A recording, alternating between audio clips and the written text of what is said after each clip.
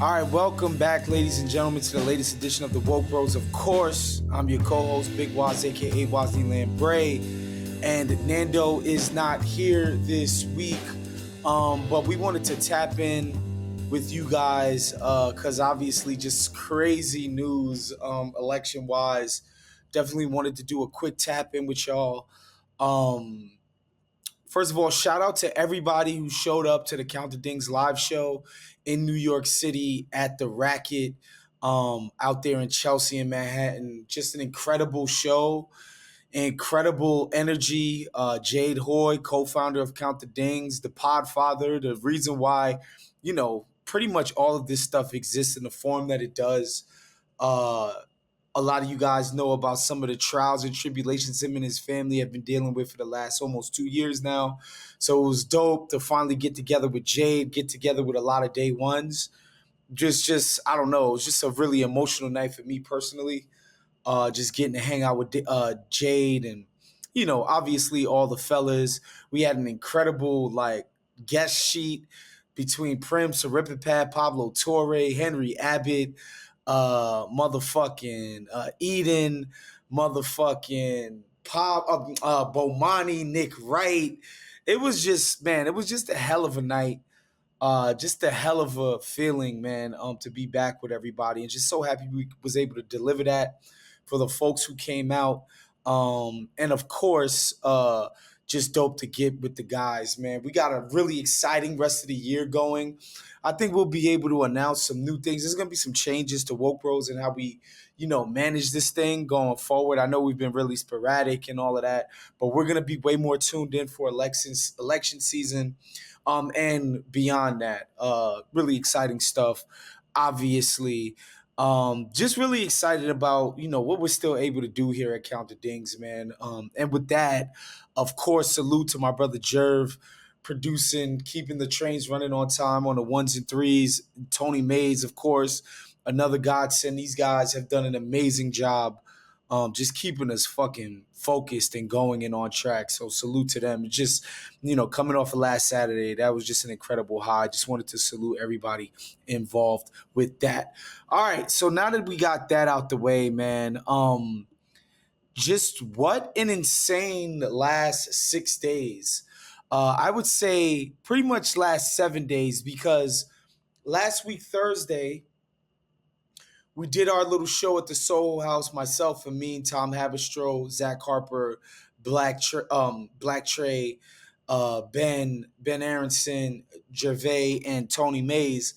We had our little situation at Soho House. Shouts to the whole staff. Shouts to my brother Shaka for helping to put that thing together. We had some breaking news while we were in the middle of that live podcast discussion panel that we were doing at Soho House in Meatpacking. And CNN basically tweeted out that Biden was quitting, but then deleted the tweet. Then it comes out that it's like, yo, Biden is seriously considering it, which pretty much spelled the beginning of the end of Biden's 2024 campaign. And I would say not a moment too soon. In an ideal world, y'all, Joe Biden would have been fucking announced that he wasn't running for re-election, a la LBJ. Just read the tea leaves and been like, yo, fam, like, I'm getting old. It's going to be hard for me to win. I believe in the power and the goodness and the mission, the project of the Democratic Party. I'm going to step aside. Let's have a dope primary. We all I ever hear about is this deep Democratic Party bench. Let's bring the bench in. Let's have a fucking primary. Let the people of our party decide who our next candidate is. Joe Biden, by all indications, and I don't think he's unique in this as far as the politicians are concerned. He's known to be a pretty egotistical dude. I think you have to be pretty egotistical and bordering on narcissistic to even be a politician at all, to believe that you and you alone should run and can win and can, convince people to vote for you and believe in you and all of that. And because of his ego, he felt like he should hold on to power for as long as possible. And I was somebody who actually thought, man, even after the debate and all of those flubs and all that, I was like, yo, honestly, it's up to him if he does this or not. Nobody can actually push him out. They can make it harder for him. they can, they can get to the money and tell the donors, like, yo, stop supporting this guy. They can make it like really uncomfortable for him within the party. They can alienate the guy. They can ostracize him. But realistically, because he's already got the nomination, he's the only person that could decide this. And, once I kind of saw like George Clooney, who's essentially an Obama freaking proxy at this point in his public pronouncements in terms of what he says publicly in politics wise. He takes out an op-ed in the New York Times. He's like, yo, Joe gotta go. I seen him at the fundraiser. He looked cooked. Get him out of here. Let's get somebody more suited to the job. That happened. Then you hear Pelosi. They're leaking behind the scenes. Pelosi's making this happen.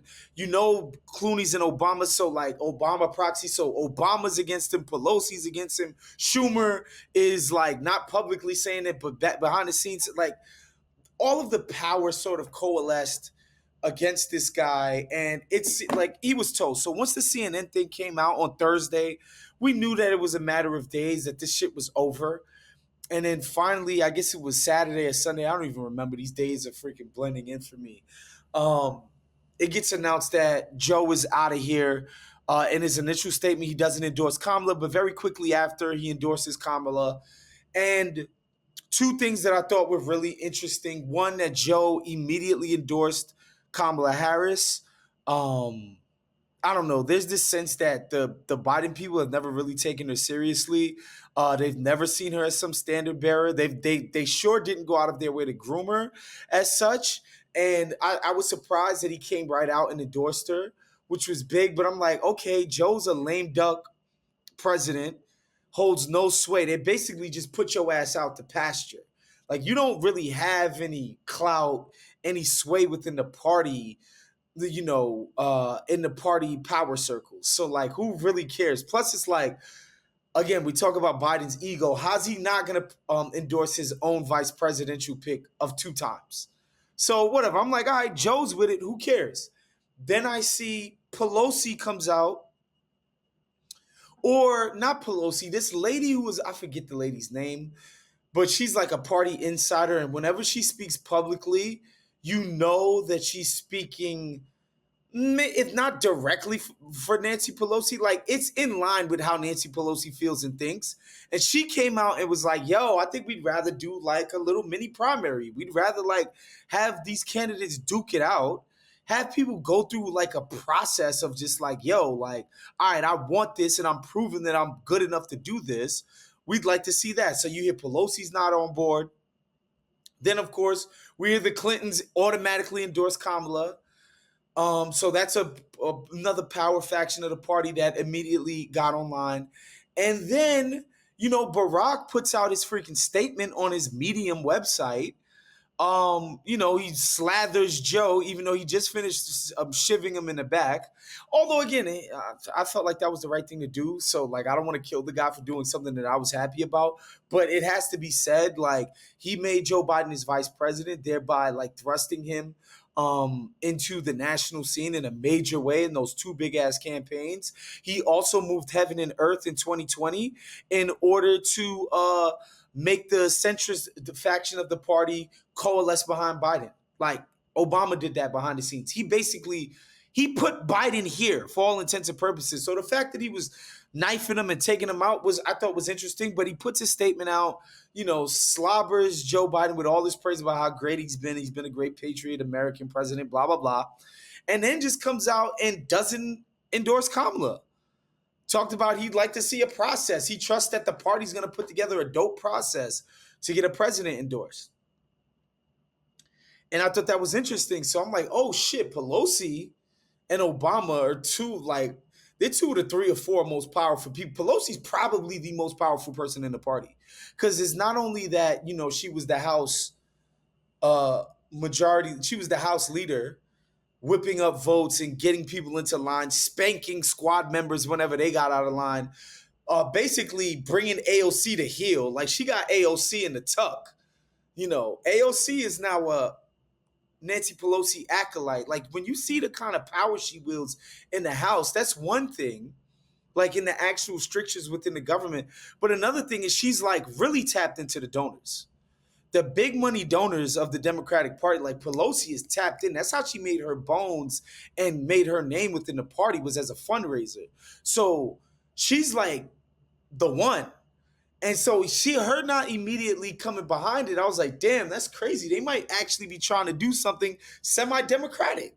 Which, look, folks, it wouldn't have been perfect. It wouldn't have been a primary where people in every single state get to actually cast a vote for these people, and we do a process and they get vetted and we get to hear what they want to do going forward, what they believe in, why they've disavowed past positions that they've taken. You know, the democratic process that these motherfuckers swear to be upholding and trying their best to keep on track. Like, it would have been, we wouldn't have gotten that.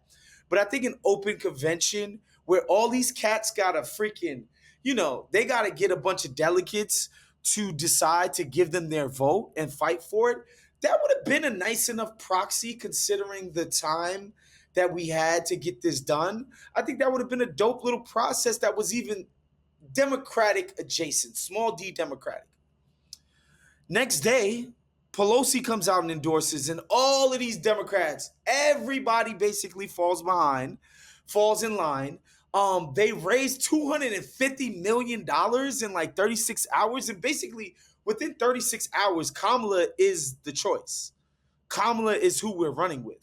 I thought that was fascinating. And, I was holding out hope that the Barrys and the Pelosis could force this into an open convention thing or something approximating a primary.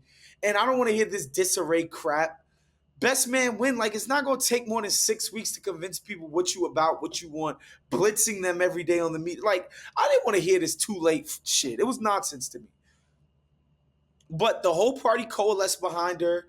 And yeah, within 36 hours, Roland Martin and all these other fucking black celebrity, black, fucking misleadership class folks, shouts to my man Pascal Robert, are holding fundraisers. Yo, the blacks got to get involved, blah, blah, blah. Like, everybody is locked in. And so, yeah, there you have it, man. Pretty quickly, they coalesce behind Kamala. And the reason, and listen, let me tell you something. I'm not crazy pissed off about it because, one, I do think people did kind of vote for Kamala in the sense that she was Joe's VP, and people got behind it. Joe old as fuck, with an idea being that, like, Joe might could die, and we have no problem with Kamala stepping in behind him. Like, I think there's something to that idea that there's been a democratic process that she's been involved with. She hasn't just been anointed, even though you can say that she was anointed sort of like a pope is, in some back room by all the different senators and shit. But, like, there's some democratic process to it. I think in any open convention, she would go in as the massive favorite. It'd be her open convention to lose. And, I think there's something to the entire party coalescing behind her.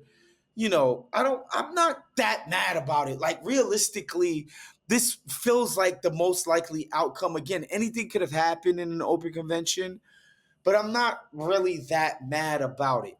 I'm really not. Like, I understand that there are, like, a lot of people on the left feel a way about this small d democratic process not playing out, especially in a way like with the party who's telling us that it's only them standing between us and democracy and Trump and all of this shit. Like, they're the party that's saving democracy. Like, it's kind of annoying that the process played out this way, basically with backroom deals and, like, cigar-filled back rooms and all of that.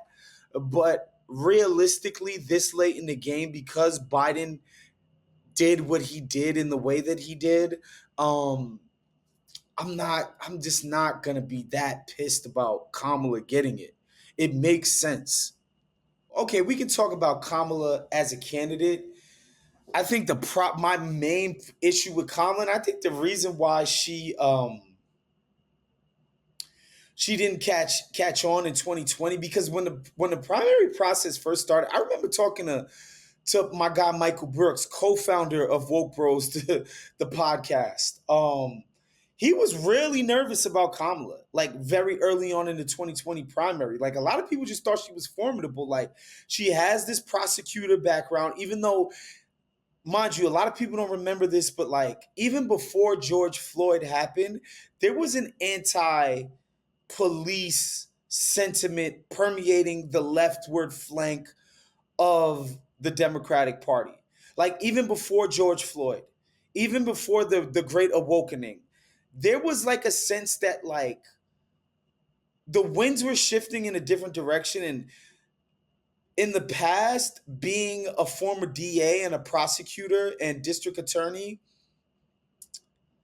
would be in your favor normally, would help. But like in 2020, the winds were going somewhere else. And I think what really hurt Kamala in 2020 is that she was this amorphous sort of, she had no ideology. And I know we don't like ideologues, specifically ones who aren't part of our own ideology, like, you know, Hillary Clinton's like corporatist, neoliberal, third wave Democrat, like ideologue shit, like killed us to no end.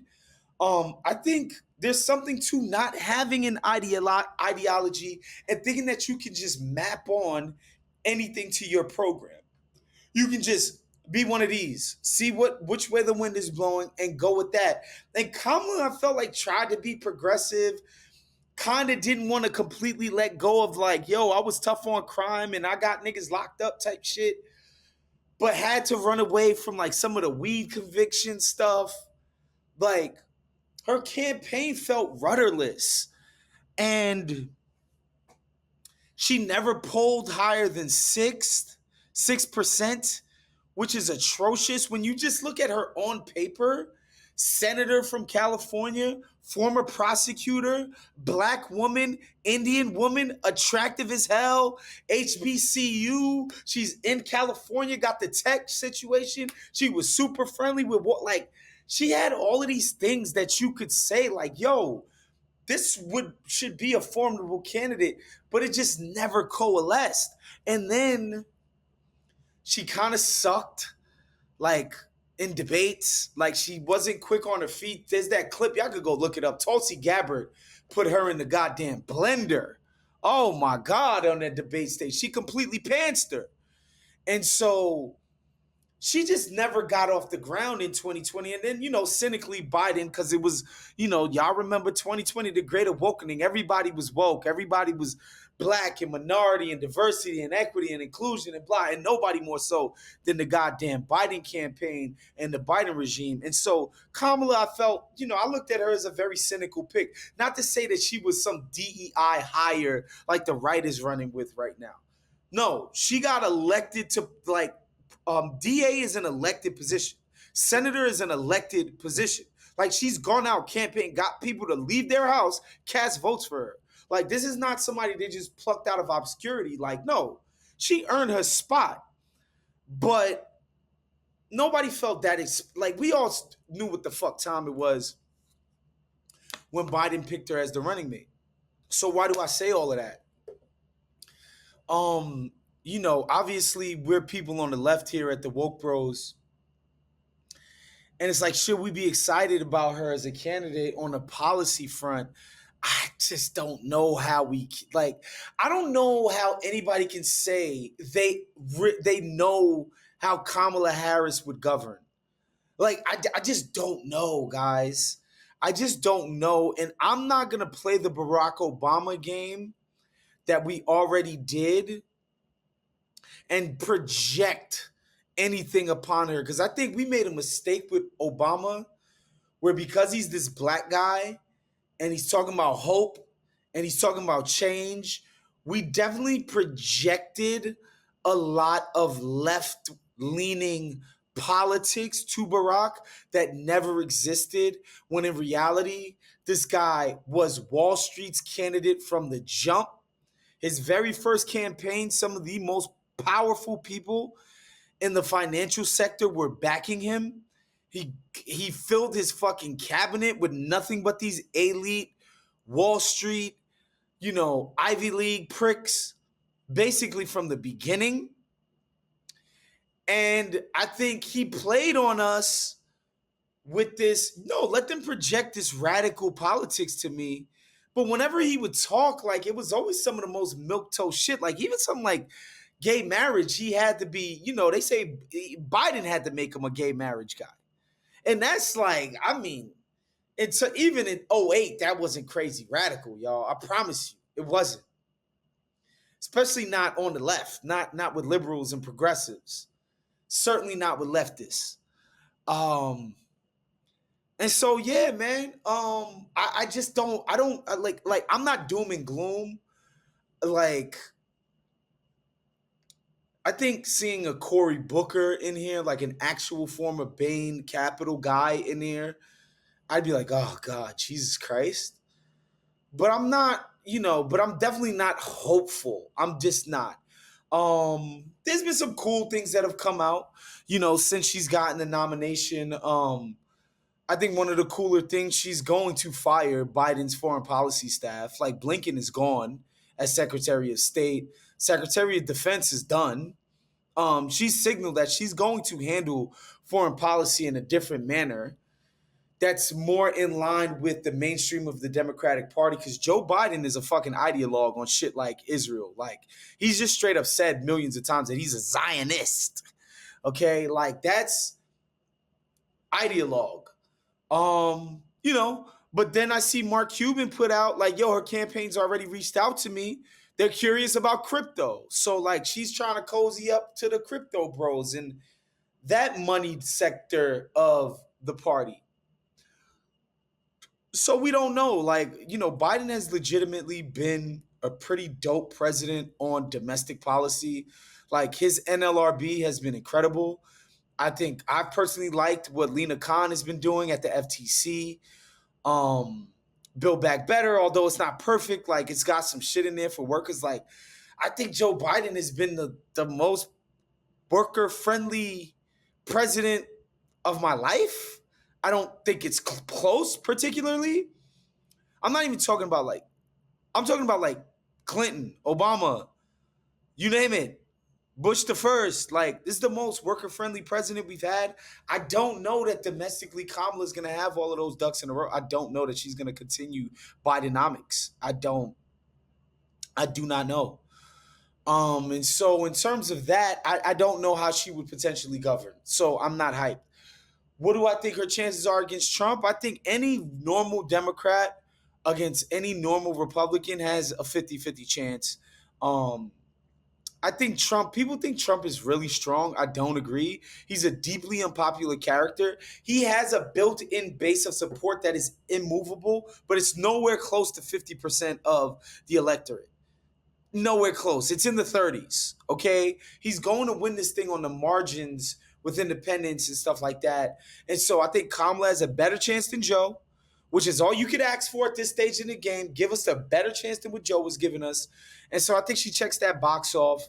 I think right now they've gotten out of the gates, the Republicans, with like just the shittiest, the corniest, like Kamala hate or slander. It's like she's DEI or she's a hoe that fucks a lot. It's like your candidate buys prostitutes. Like, that's not gonna really work. And like DEI, like, I think people underestimate the degree to which, like, a lot of independent voters, not dyed-in-the-wool Republicans, not Donald Trump's most fervent supporters, actual legitimate swing voters, like, they kind of liked that Barry was black. They kind of liked the idea that, oh shit, we're finally crossing that hurdle. We're getting the first black president marked off the list. That's cool. Like, they're not like, they're not fucking obots, but like, that wasn't a thing that was like discouraging to them. And I don't think the race or the gender thing is going to discourage independence. I think this tack that Republicans in the media, like JD Vance and all these cats, like, oh, she's like a cat lady with no kids and shit. Like, I don't think the normal voter is going to respond to that. It's very early. It's only a week in. So I don't expect that they will have perfected their line of attack against her, but I think what they're going with right now is weak sauce. They're having a hard time figuring out how to attack her with normal people who care about bread and butter issues. And so we'll see what comes of it. But yeah, I think Biden finally did the right thing. I'm not mad at the Kamala thing. I like, again, I would have loved to see a genuine primary where somebody, we get to actually see some progressives in there. We get to actually see an actual fight within the party. We didn't get it. It's fine. So I'm okay with it. Just a couple of loose ends. I love the sort of backbiting that's already happening within Obama world and Biden world, because Obama still hasn't. Biden still hasn't. I mean, not Biden. Excuse me. Obama still hasn't endorsed Kamala, and word out of Biden world, they're already starting to leak. And just sort of background for you guys to know, there's always been like a mini resentment between the Biden and the Obama camps. Even after Obama chose him as VP, because Barry was kind of like, this new agey politician, Ivy League. We're going to bring the quants in. We're like deeply intellectual. We're basically the eggheads. Like we're not part of this DC establishment, backslappy, old timey, aw shucks kind of deal that Biden so thoroughly embodies. And so they were always kind of oil and water in that way. There was always that tension because of like what they represented as political figures were sort of opposed to each other, even if they were both Democrats. And so those resentments even persisted after Biden got elected.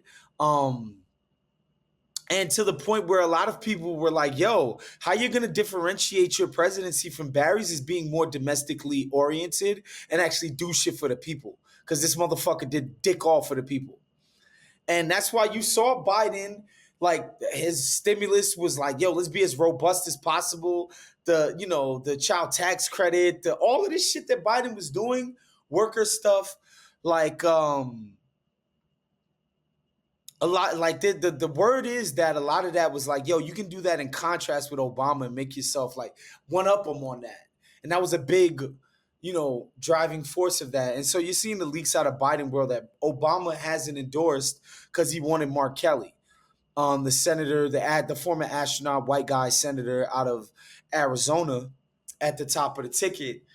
And basically they're like, oh, Obama doesn't want to help what would be the first black female president, whatever. I think that's funny. I think that's just a little bit more backbiting.